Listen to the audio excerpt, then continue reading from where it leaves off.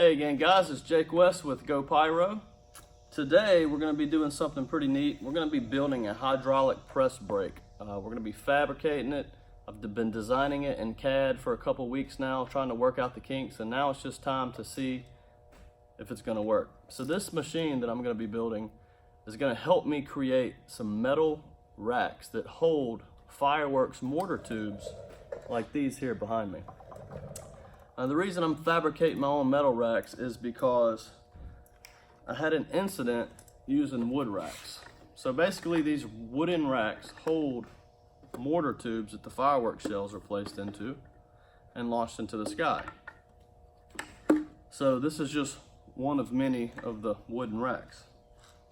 So nobody was injured during this incident, thank God, but what had happened was there was a recall on a particular shell that I was not notified about that I had purchased. So I was shooting these shells and they had a recall, and the manufacturer and the supplier that I bought from failed to pass that information on to me.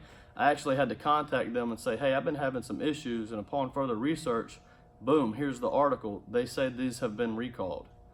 And then we had to go with it from there. We had catastrophic failures in our mortar tubes. The fireworks were not launching, they were just igniting, sitting in the tubes, and then blowing up.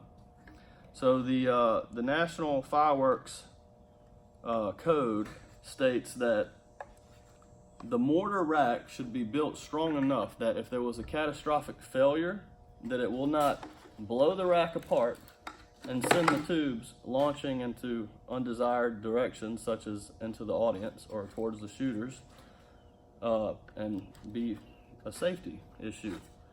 Well, that's exactly what happened, except that luckily for me and my shooters and the show, that was a finale rack. So they were chain fused to quickly go off. They all got ignited, okay? So most of them went into the air, but we had a straggler that was one of the issues of the recall that was still trying to launch but failed in that tube. So the other ones exploded into the sky, and at the same time they exploded in the sky, this one blew that rack apart. And this is the type of mayhem that I found. So good thing it was fused the way it was. It wasn't individually shot, you know, so that was a plus. But let's see here. So we got two types of acceptable, two different construction types of acceptable mortar tubes. We've got fiberglass and high density polyethylene.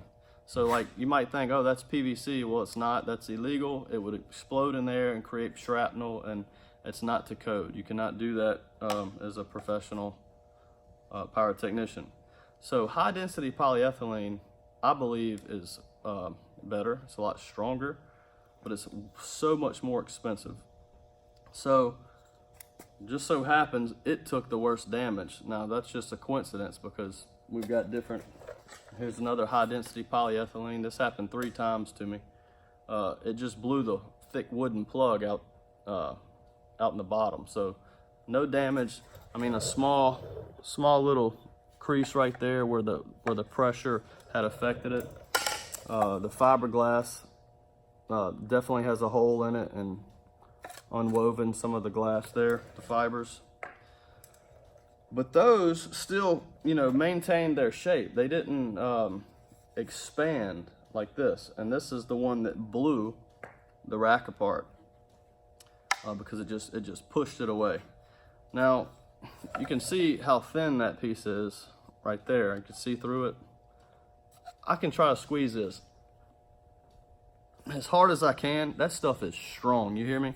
So definitely, it's not even moving when I squeeze it. But so definitely, there was a violent explosion in that tube. So again, the reason why I'm creating and designing my own racks, not out of the traditional wood, that's the cheapest way, and a lot of people still do it because it's cheap and they might not have the means to create their own steel racks. So thankfully, I have welding set up, CNC, and some other equipment that I can help design my own things. So 1.75 inch mortar tube. Behind me, we have 3 inch, 4 inch, 5 inch, 6 inch, 8 inch, and 12 inch, okay?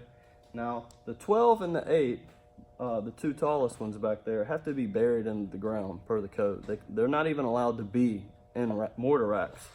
So, from the 6 inch on down is what I'm designing these racks for. Now, if you can imagine,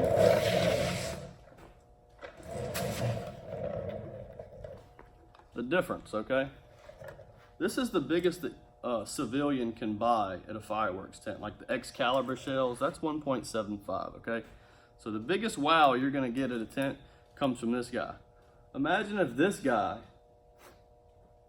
blew apart a rack and started launching into undesirable directions, okay? So 6 inch, this guy's gonna shoot about 600 feet in the air, whereas this one, about a little less than 200 feet. So, pretty important why I think that it's my responsibility to take the safest action possible in entertaining the public. So, come along for the ride. We're gonna be building a hydraulic test brake and testing it and see if it works out. So, stick around. All right, guys, I'm gonna give you bits and pieces throughout this process because we don't wanna spend 3 days on a boring video. So, it's hot in here, it's enough talking and explaining. I need to cue this fan to cool me off. I'm gonna cue you some music so you don't have to listen to a noisy fan. Let's go.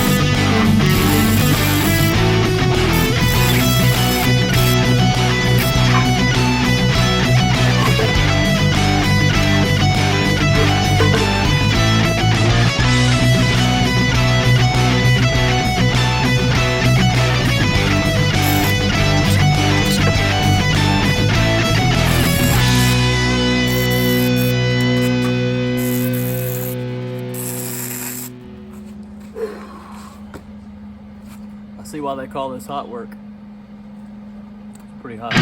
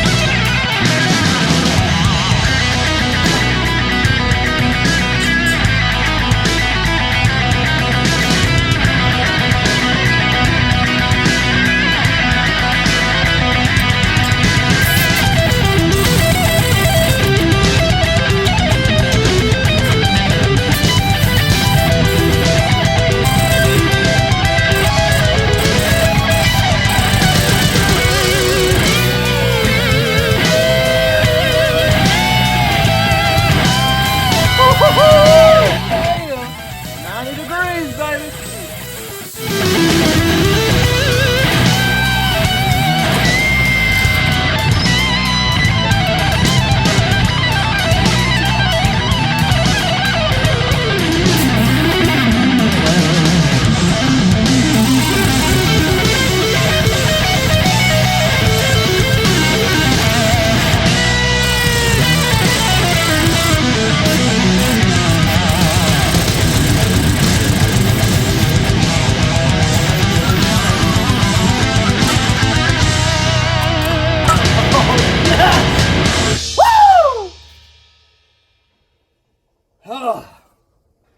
Time to go hang out with the babies. I love coming to a stopping point.